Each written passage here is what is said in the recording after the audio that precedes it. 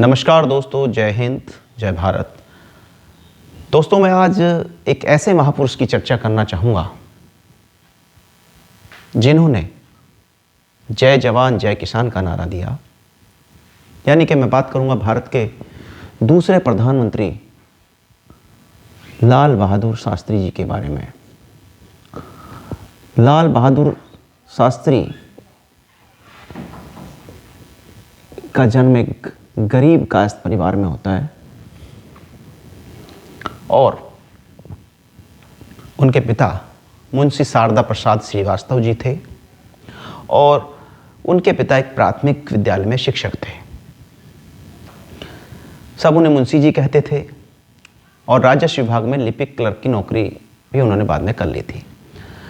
लाल बहादुर जी की माता जिनका नाम राम दुलारी था और परिवार में सबसे छोटे होने के कारण बालक लाल बहादुर को परिवार वाले प्यार से उन्हें नन्हे कहकर बुलाते थे। लेकिन नन्हे जब 18 माह के थे तो दुर्भाग्य से उनके पिता का निधन हो जाता है और माँ राम दुलारी अपने पिता हजारी लाल के घर मिर्जापुर चली जाती हैं। तो ननिहाल में ही उनका बचपन बीता। वहीं से उन्होंने अपनी प्राथमिक शिक्षा पूरी की। 1928 में उनका विवाह मिर्जापुर निवासी गणेश प्रसाद जी की पुत्री ललिता से हो जाता है और ललिता और शास्त्री जी की 6 संतानें बाद में हुई। उनके 2 पुत्रियां और कुसुम व सुमन और 4 पुत्र हरिकृष्ण, अनिल, सुनील व अशोक। उनके 4 पुत्रों में से 2 अनिल शास्त्री और सुनील शास्त्री अभी हैं और बाकी 2 दिवंगत हो गए हैं। अनिल शास्त्री जी कांग्रेस पार्टी के वरिष्ठ नेता हैं और सुनील शास्त्री जी भारतीय जनता पार्टी के नेता हैं। राजनीतिक जीवन की अगर बात करें तो संस्कृत भाषा में स्नातक करने के बाद, शिक्षा समाप्त करने के बाद वो भारत सेवक संघ से जुड़ते हैं और देश सेवा का व्रत लेते हुए यहीं से राजनीतिक जीवन का वो शुभारंभ करते हैं। भारतीय स्वतंत्रता संग्राम में वो गांधी जी से प्रेरित होते हैं। गांधी जी के विचारों से जुड़ाव उनका होता है और 1921 का असहयोग आंदोलन, 1930 का दांडी मार्च तथा 1942 का भारत छोड़ो आंदोलन उसमें वो अपना प्रतिभाग करते हैं। उनका जन्म तिथि यानी कि 2 अक्टूबर महात्मा गांधी जी का जो जन्म दिवस होता है 2 अक्टूबर, उसी दिन उनका जन्म भी होता है। और क्योंकि उनका जन्म 1904 को हुआ था और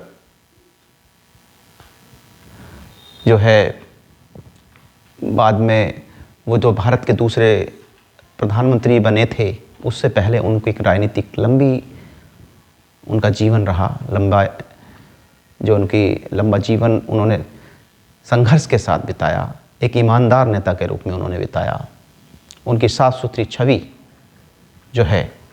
उसी वजह से उन्हें नेहरू जी के मंत्रिमंडल में गृह मंत्री के पद तक पहुंचा देती है और नेहरू जी के निधन के बाद वो भारतवर्ष के दूसरे प्रधानमंत्री के रूप में शपथ लेते हैं। उनका जीवन, राजनीतिक जो जीवन रहा वो लंबा रहा, लेकिन प्रधानमंत्री के रूप में उन्होंने लगभग 18 महीने कार्य करने का उन्हें अवसर प्राप्त हुआ।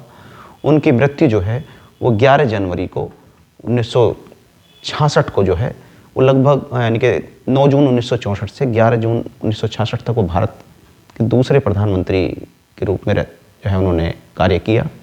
इसी बीच जो पाकिस्तान का जो युद्ध हुआ 1965 में, वो भी उनके नेतृत्व में लड़ा गया, जिसमें भारत ने पाकिस्तान को धूल चटाई और पाकिस्तान के आक्रमण का सामना करते हुए भारतीय सेना ने लाहौर पर धावा बोल दिया था। इस अप्रत्याशित आक्रमण को देख अमेरिका ने लाहौर में रह रहे अमेरिकी नागरिकों को निकालने के लिए कुछ समय के लिए युद्ध विराम की मांग की थी। रूस और अमेरिका के चहलकदमी के बाद भारत के प्रधानमंत्री को रूस के ताशकंद समझौते में बुलाया गया था। तो शास्त्री जी ने ताशकंद समझौते की हर शर्तों को मंजूर कर लिया, मगर पाकिस्तान जीते इलाकों को लौटाना हरगिज स्वीकार नहीं किया था। अंतर्राष्ट्रीय दबाव में शास्त्री जी को ताशकंद समझौते पर हस्ताक्षर करना पड़ा और लाल बहादुर शास्त्री जी ने खुद प्रधानमंत्री कार्यकाल में इस जमीन को वापस करने से इनकार कर दिया। पाकिस्तान के प्रधानमंत्री अयूब खान ने के साथ युद्ध विराम पर हस्ताक्षर करने के लिए कुछ घंटे बाद ही भारत के प्रधानमंत्री लाल बहादुर शास्त्री जी का संदिग्ध निधन हो जाता है और 11 जनवरी 1966 की रात देश के तत्कालीन प्रधानमंत्री की मृत्यु हो गई।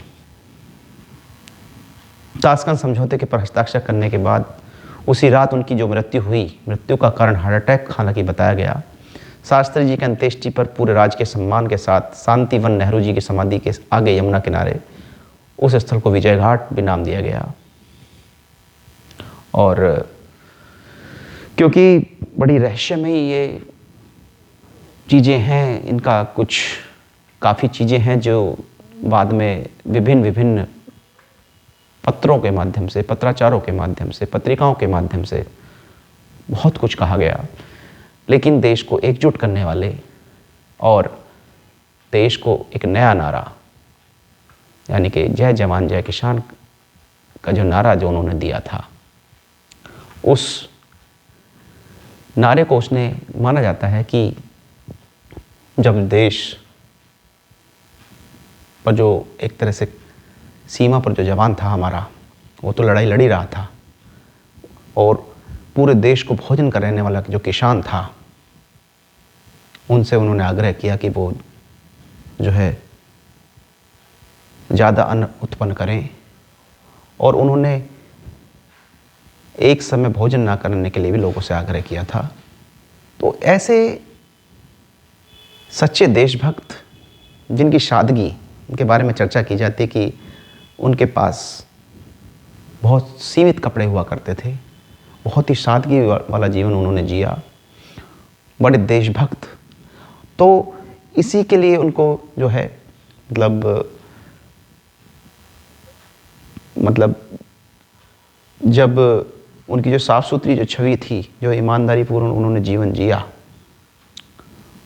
उसमें एक तरह से उनको देश ने उनका सम्मान जो है उनको दिया और इसी सम्मान के लिए उनको जो है भारत रत्न, बाद में उनको जो है भारत रत्न जो सर्वोच्च सम्मान है भारत का, उस सम्मान से उनको जो है सुशोभित भी किया गया। तो उनके अगर जीवन के विषय की हम बात करते हैं तो जो उनको जो शास्त्री की जो उपाधि थी, क्योंकि काशी विद्यापीठ से जो शास्त्री की उपाधि जो उन्हें मिली थी, उसी से उन्होंने जो है अपना जो जाति सूचक शब्द श्रीवास्तव जो है उसको हटाया था। तो इसीलिए उन्होंने अपने नाम के आगे लाल बहादुर शास्त्री को जो है श्रीवास्तव की जगह शास्त्री को दिया था। तो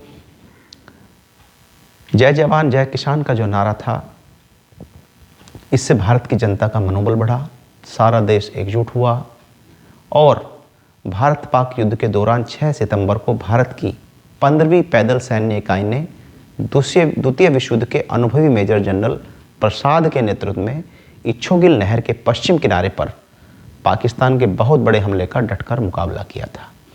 तो ये सारी चीज़ें इतिहास में कहीं ना कहीं अमर हैं, कहीं ना कहीं इन चीज़ों की बात की जाती है, लेकिन जो एक रहस्यपूर्ण उनकी जो मृत्यु है वो भी कहीं ना कहीं इतिहास के अंदर जो है उसके बारे में भी ज़रूर चर्चा होती है।